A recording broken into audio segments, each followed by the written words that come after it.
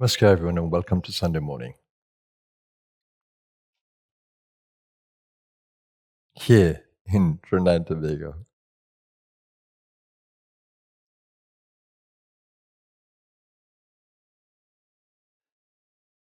This morning, I've decided to give you a few deeper insights into well being. I think it's necessary.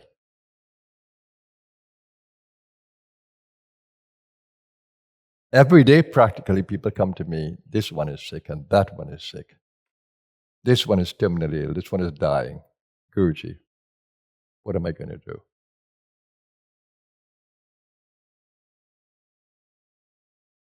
A lot of you in the meditation, even so, trying to tap into spiritual being, struggle with the body, struggle with the mind, struggle with the emotion.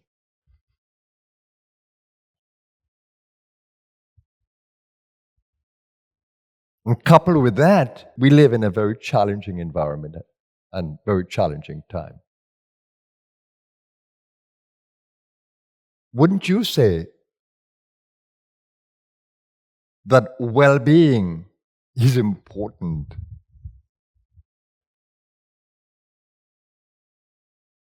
And it should be part of your meditation as well.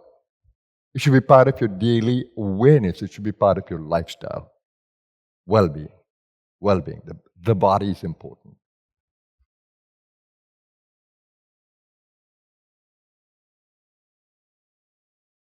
So I want to share a few deeper insights that may bring some clarity as to what true well-being is and how you need to be aware of it and engage in the practices that can really create true well-being. In the meditation I told you, center in your immortal self. Are you curious that if a part of you is immortal,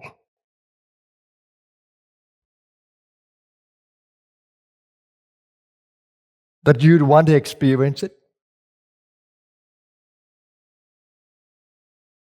If the physical body is driven by pranas, wouldn't you want to understand these pranas? Wouldn't you want to be aware of them?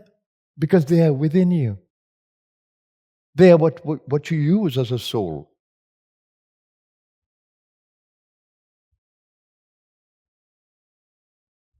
The greatest thing that could have ever happened to me in this lifetime was reawakening of my awareness of the pranic field. The greatest thing. What we may call the pranamaya kosha. Or what we may call the sukshma sharir, the subtle body. The greatest thing was to be awakened to the subtle body. And I would say reawakened, because I know that I've come in the lifetime with this awareness. But the maya of coming into the body took it away. And at 21, I was reawakened to it. I was always fascinated by energy and energy work.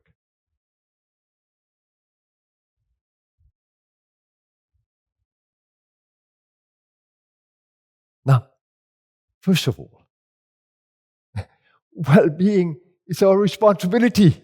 Not the doctor, not the therapist, not the pharmaceuticals. It's our responsibility. Don't hand it over to the doctor and say the doctor isn't doing the right thing.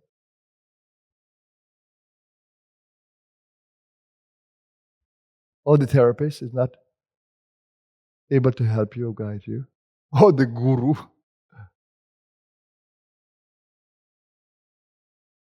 It is your responsibility to learn more about what undermines your well-being.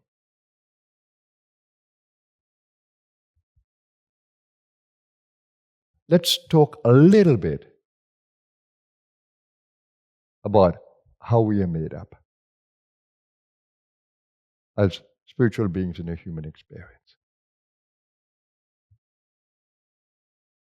First of all, we exist. And this is perhaps the most important thing, in a source of infinite energy. Scientists today are searching for that source of infinite energy that continuously supports the universe.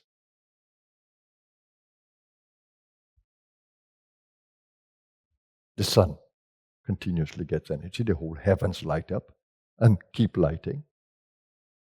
At night time, we see the stars and the planets. Our heart is beating. Our nerves are firing. And for some of us, even if we don't eat food, they continue, the breatharians.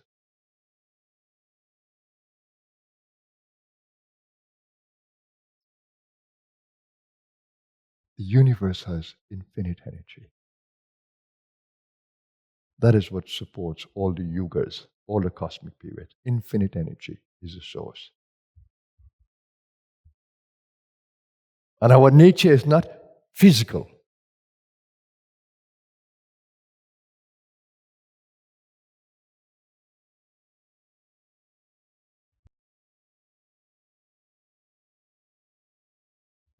Our true nature is a source of infinite intelligence and energy. What if you could experience that? Well, to do that, you need to go deeper and deeper into self-awareness until you come to what is called higher consciousness, expanded consciousness. Even though we reside in a gross physical form and the limitations of a subtle form, limitations I mean, the mind is limited, emotions are limited, we still don't have full knowledge of what is inside.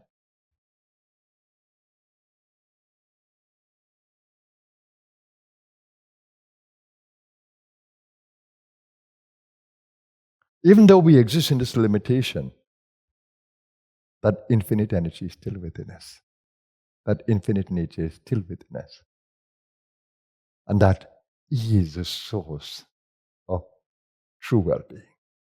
When you tap into that infinite field within you, if you can, and you need to go deeper and deeper in your consciousness to do that, which is why we meditate.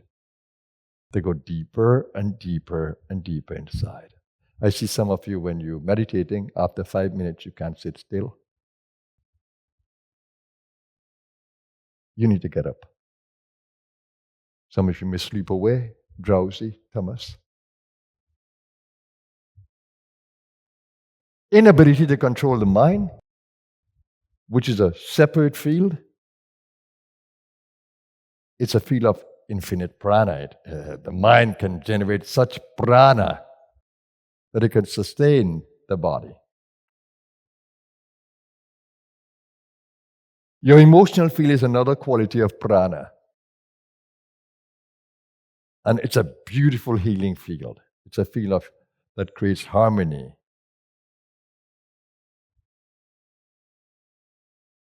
And we need the mental field for well-being, because we need to have thoughts that promote well-being. And being able to manage the thoughts that undermine well-being. You know, when you get a little ill in the body, the first thing to think is, oh my God, I have some disease here. Because we hear about disease continuously. You let your mind contract into that energy of negativity. I have a disease, I'm sick, oh my God, I'm sick. Unable to detach and observe your thoughts and say, no.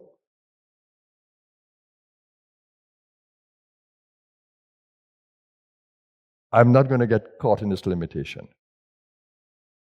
And if you had that little power to create another thought or idea, And change that to know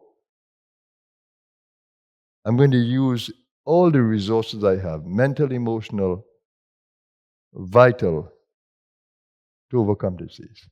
And you hold a mindset that I am going to get well regardless. I am tapping into the power of the soul, my infinite nature. You are into the most powerful source of healing. If you can bring the mind and hold the mind in that positive template of energy. And hold the physical body in it. If you can differentiate that your thought is not coming from your brain, it's being channeled through a brain. It's coming from the source of all energy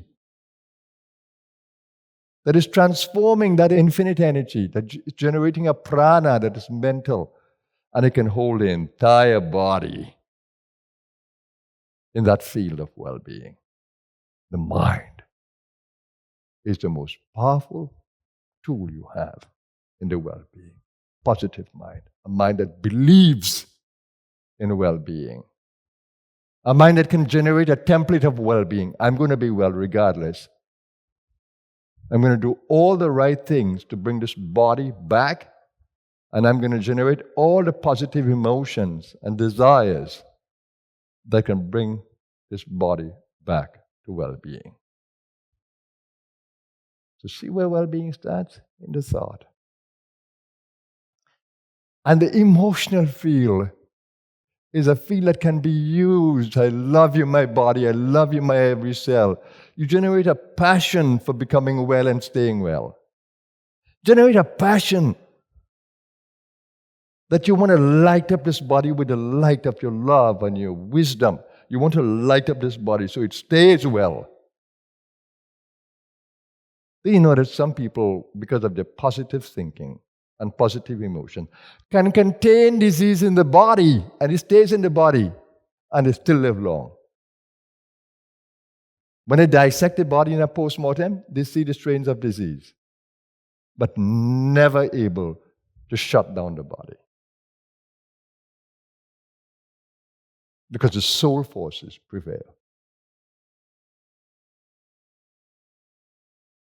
That's the emotional field.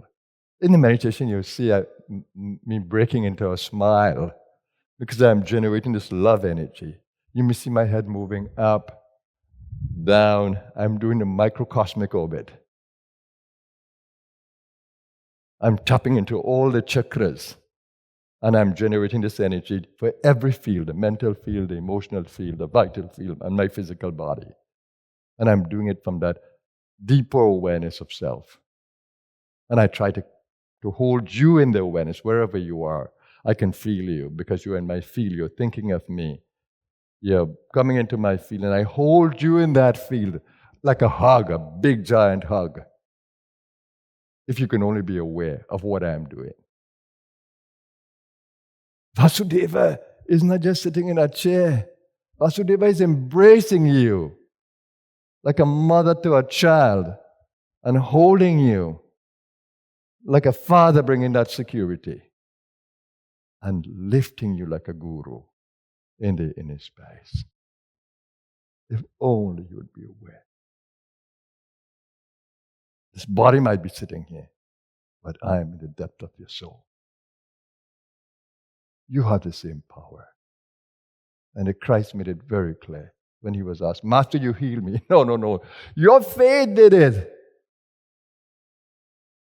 If yours a little bit of faith, like what? Like a mustard seed, you'll tell the mountain to move and it will move.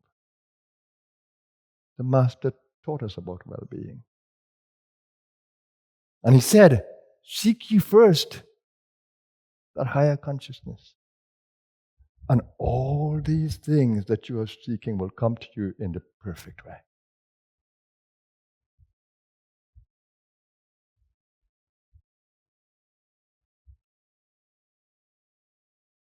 You need to have subtle body awareness. You need to take responsibility for for your well-being. Every day, in every way, you should be hydrating the body and understand why the body needs water and why this body is composed of 70% water. Water is totally necessary. The body becomes stressed when it's dehydrated. And the moment you put fluids in the body again, the stress levels goes down. Excess food can create stress in the body. Undereating, overeating can create stress. Lack of sleep can create stress. And the body is under stress, but you're not aware of it because you're driving the body hopelessly and stressfully without understanding because you want to achieve some goals. No, be careful. Be careful because if your body shut down, what goal are you going to achieve?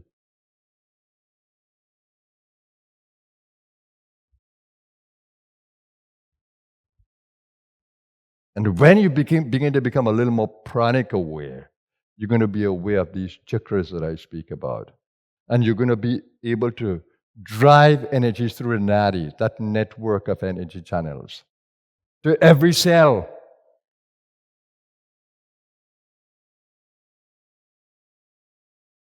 Every cell in your body is intelligent in its own way and is influenced by you, by your thoughts. It's eavesdropping on your thoughts and your emotions.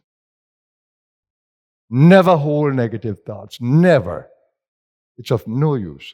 Choose a positive thought instead. Never use negative and depleting emotions. It dries up the body.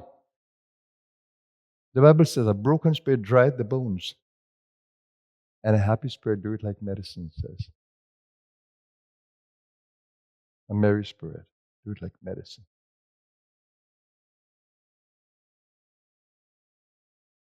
Let your emotions always be uplifting and positive. Smile to your world. Be happy with your world.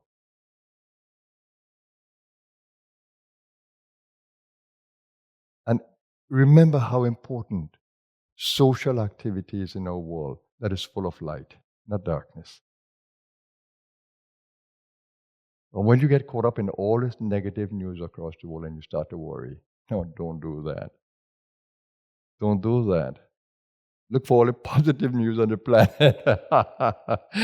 Oh my goodness. The videos that I look at, the documentaries that I look at, are all the good things that are happening in the world. Why should I be worried about the negative things? Karma determines them. I look only at the positive stories, the positive videos, the positive news. That's what I look at. Of course, I will look at the negative news too, because I understand the play of karma. So there is no worry.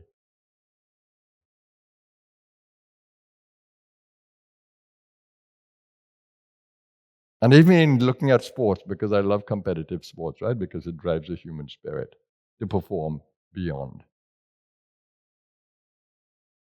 I move away from taking sides because this game, there's going to be loser and winner. And everybody's happy for the winner, but oh my God, the losers are so heartbroken. No.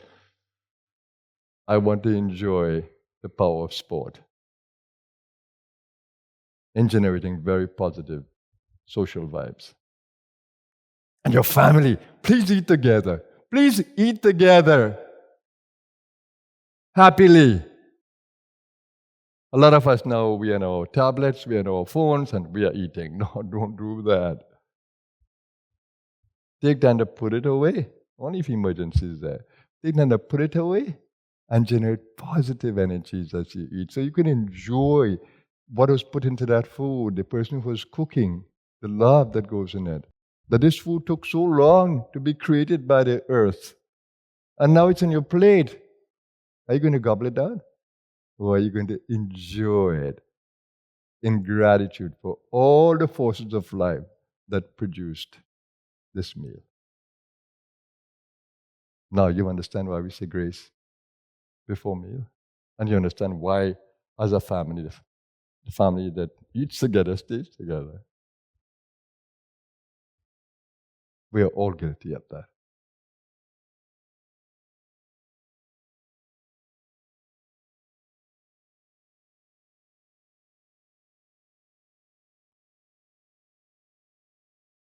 That's why I'm so passionate about well-being.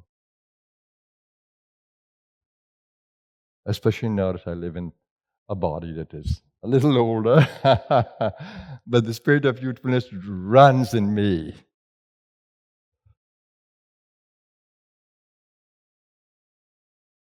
I cannot do all the things I used to do as a youth, but certainly I have the mindset of a youth.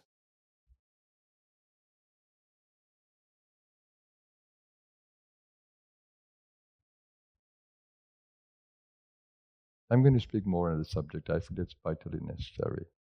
And our entire organization of the Blue Star is focused on total well-being. Self-enlightenment, which means self-transformation. Community service. I need to create better social consciousness. And total well-being. Total well-being.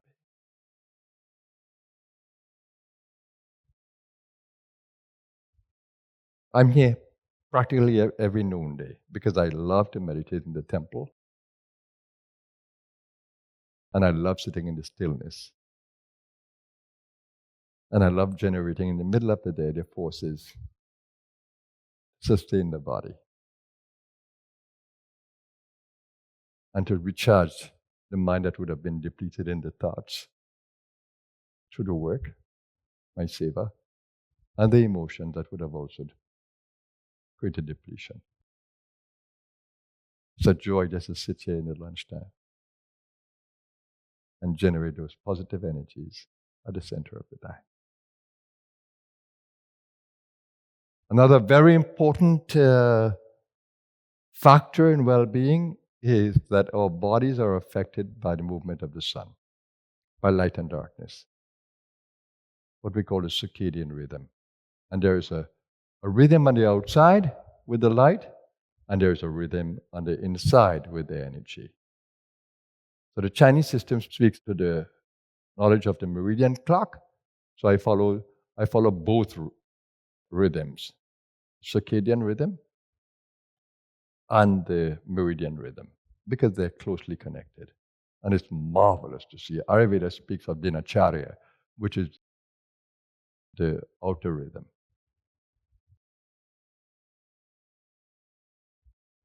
And I see how my body changes, how it operates differently at different times of the day. It's a joy to see that. So there is sleep time when the sun goes down, and we need that sleep time for detoxification of the body and restoration of cells. We need that. The meridian rhythm says don't go to sleep after 11. And please don't wake up before 3. Because a lot of things are happening then. Gallbladder and liver detoxing. Cells restoring. It's amazing knowledge. What we know today, conventionally, the pioneers of higher thinking are finding out more. What we thought was the knowledge of yesterday, today's knowledge has changed that. The discovery of the human genome has taught us many new things. Many, many new things, if only you'd be interested in a little bit in genetics.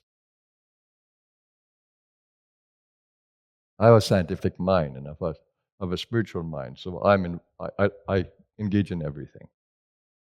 Every knowledge to me is important. Anyway, I've spoken a lot. See how passionate I am for well-being. I simply wanted to remind you about your immortal self and the power you have to transform your well-being. Learn more. And here, we support that in every possible way. Wellness center, health shop, health cafe, our kitchen. And now we have an estate that we are trying to grow food in a larger way, free from pesticides, And where the labor will be a labor of love.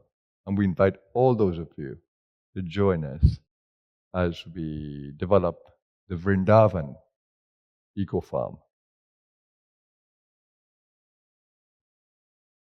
We have a hard-working team that completely dedicated every weekend there. So you will hear more about it. I will showcase it on my website, srivasudeva.com. sri-vasudeva.com.